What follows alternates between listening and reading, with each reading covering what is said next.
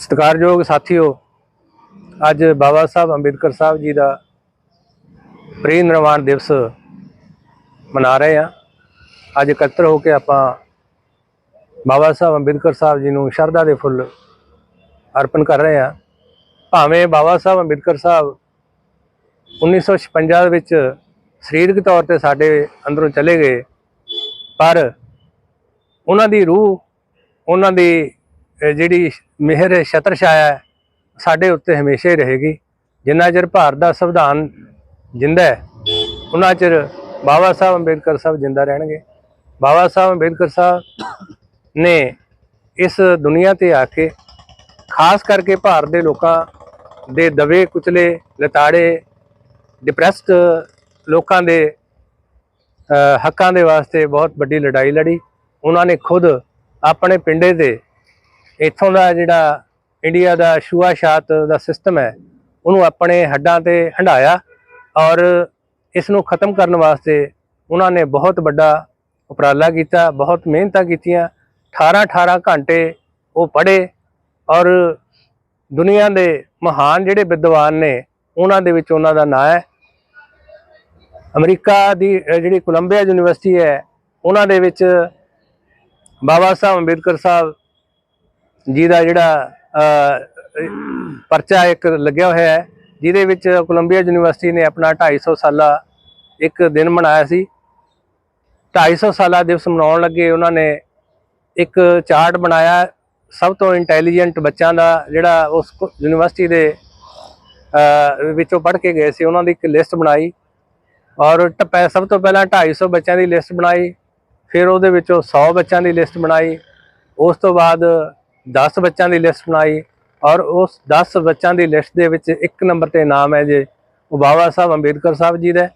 सो ये सानू बहुत बड़े माण की गल है कि भारत जिहे देश जिथे साडे गरीब लताड़े लोगों बेजमीने लोगों एक कह लो भी पशुओं के बराबर भी नहीं समझा जाता, उस समाज दे विचों एक दुनिया का महान विद्वान पैदा होया और एक ऐसा सूरज पैदा होया जिन्हां ने साडा हज़ारां सालां दा हनेरा खत्म किया।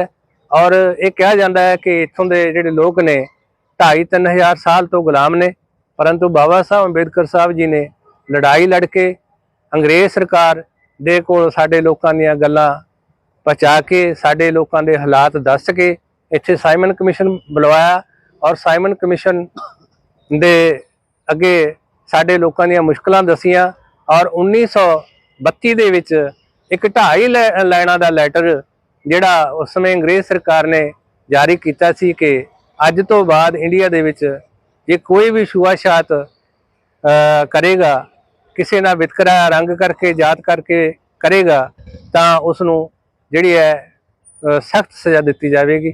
सो 2,500 सालों का जिहड़ा साडी गुलामी सी उन्होंने 2.5 लाइनां दे विच खत्म करवा दी और भारत के संविधान दे विच साडे गरीब लोगों के हक राखवें रखे।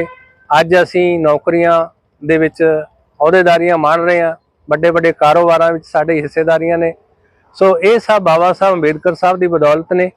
असी वो लोग जिन्होंने सड़कों पर नहीं चढ़न दिता जाता सी, असी वो लोग जिन्होंने बसां दे विच नहीं बैठन दिता जाता सी, जिन्होंने खूहां ते नहीं चढ़न दिता जाता सी, स्कूलों के विच बढ़न नहीं दिता जाता सी, धार्मिक स्थानों पर नहीं बढ़न दिता जाता सी।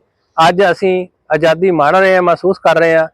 असी 100% आज़ादी तो नहीं हासिल कर सके, पर जिन्नी क हासिल हुई है वो बाबा साहब अंबेडकर साहब की बदौलत है।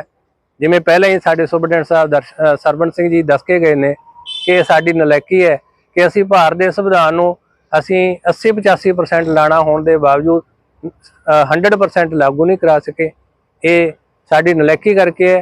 जेकर 100% भारत का संविधान सही अर्थां विच लागू हो जाए तो इत्थे दा कोई भी वसनीक, कोई भी बच्चा, कोई भी बजुर्ग, कोई भी माइनॉरिटी का बंदा अपने आप को बेसहारा और दुखी नहीं महसूस करेगा। सो ये भारत के लोगों ते बाबा साहब अंबेडकर साहब की बहुत बड़ी जिहड़ी है कृपा है, जिहड़ी उन्हां दे उत्ते बहुत बड़ा एहसान है।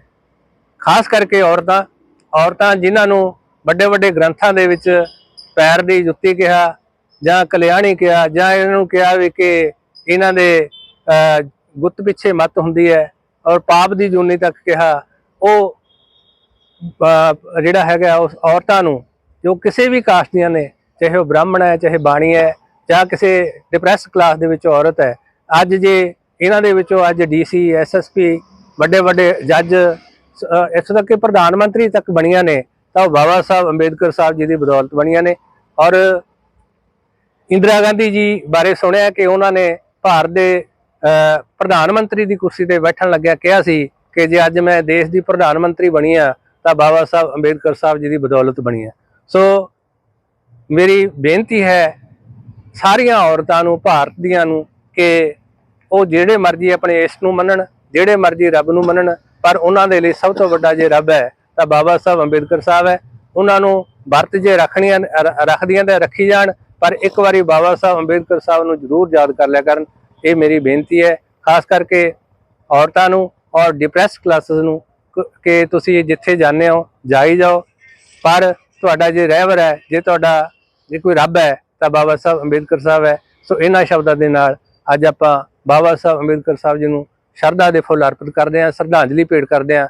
ਔਰ ਅਸੀਂ ਬੇਨਤੀ ਕਰਦੇ ਹਾਂ ਸਾਰੇ ਸਮਾਜ ਨੂੰ ਕਿ ਬਾਬਾ ਸਾਹਿਬ ਅੰਬੇਦਕਰ ਸਾਹਿਬ ਜੀ ਦੀਆਂ ਲਿਖਤਾਂ ਜੋ 21 ਵੋਲਿਊਮ ਦੇ ਵਿੱਚ ਨੇ ਉਹਨਾਂ ਨੂੰ ਪੜ੍ਹੋ, ਔਰ ਬਾਬਾ ਸਾਹਿਬ ਅੰਬੇਦਕਰ ਸਾਹਿਬ ਜੀ ਦੀਆਂ 22 ਪ੍ਰਤਿਗਿਆਵਾਂ ਉਹਨਾਂ ਤੇ ਚੱਲਣ ਦੀ ਕੋਸ਼ਿਸ਼ ਕਰੋ, ਔਰ ਉਹਨਾਂ ਦੀ ਜਿਹੜੀ ਸਿੱਖਿਆ ਹੈ ਉਸ ਤੇ ਚੱਲਣ ਦੀ ਕੋਸ਼ਿਸ਼ ਕਰੀਏ।